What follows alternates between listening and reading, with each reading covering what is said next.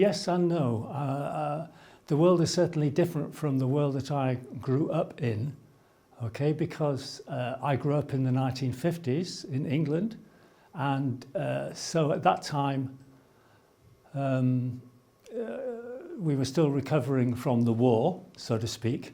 But I remember, for instance, the Hungarian uprising. I remember the war in Algeria for independence, and Kennedy's assassination, the Cuban Missile Crisis in the 60s, and the Cold War, of course, and then much later the fall of the Berlin Wall and so on.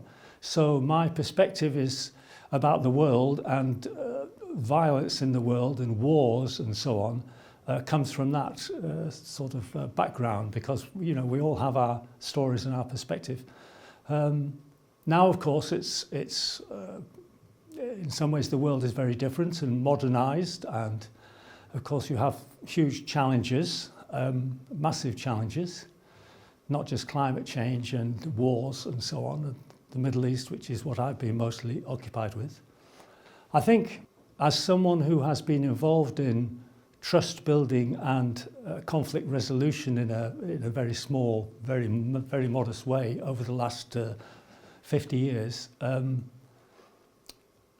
one thing I've learned is the difference between hope and optimism.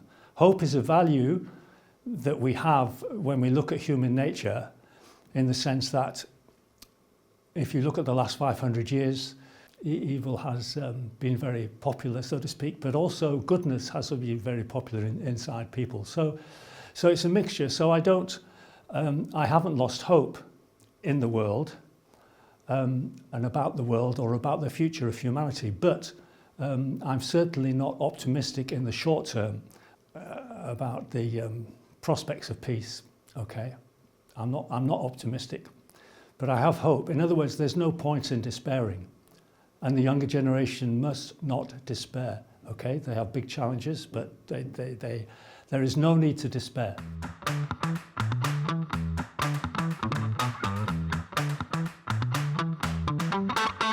I've spent the last 7 years in and out of the National Archives in Britain, studying Britain's legacy and what Britain got up to during the British Mandate period. Okay, to try and discern the truth and to write about the truth of the British background, particularly in Palestine and Israel. So that's what I've done for the last 7 years. But also I'm part of a charitable project called the Balfour Project in London, in Britain, which started about a decade ago.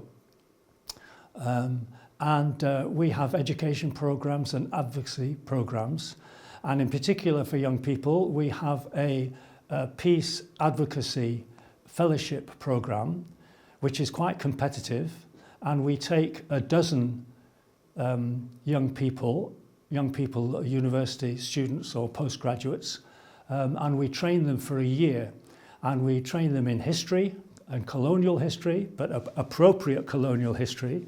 Okay, not empire history as such.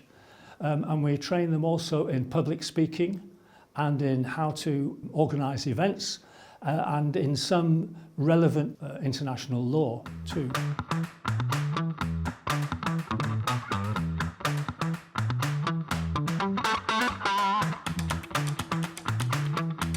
I think the main thing is that whether or not you're a believer or religious or spiritual or anything else like that, we're all human beings, and whatever we call it, we all have a conscience. We may not believe in the inner voice, the sort of Gandhian inner voice, but we all have a conscience.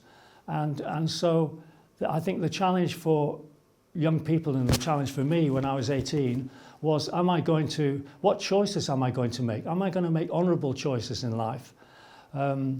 And in fact, for me, when I decided to follow my conscience, I was led to, one step at a time, I was led to work for 18 years in a voluntary capacity before I went to university.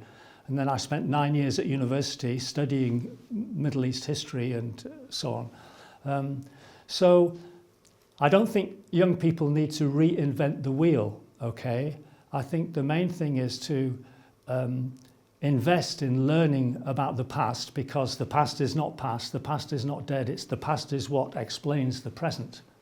The past is what explains the present, and history is so important for that. And of course you need to learn the skill of discerning between what is the truth in history and what is propaganda, okay? And I've spent the last 50 years trying to figure that one out, and I'm still working on it, okay? But then whether your conscience leads you into working with an NGO or a charity or into politics or into law or whatever it is, the point is nobody is totally helpless. Everybody can play a part in building peace, however small it is, however modest it is, okay? That's the point.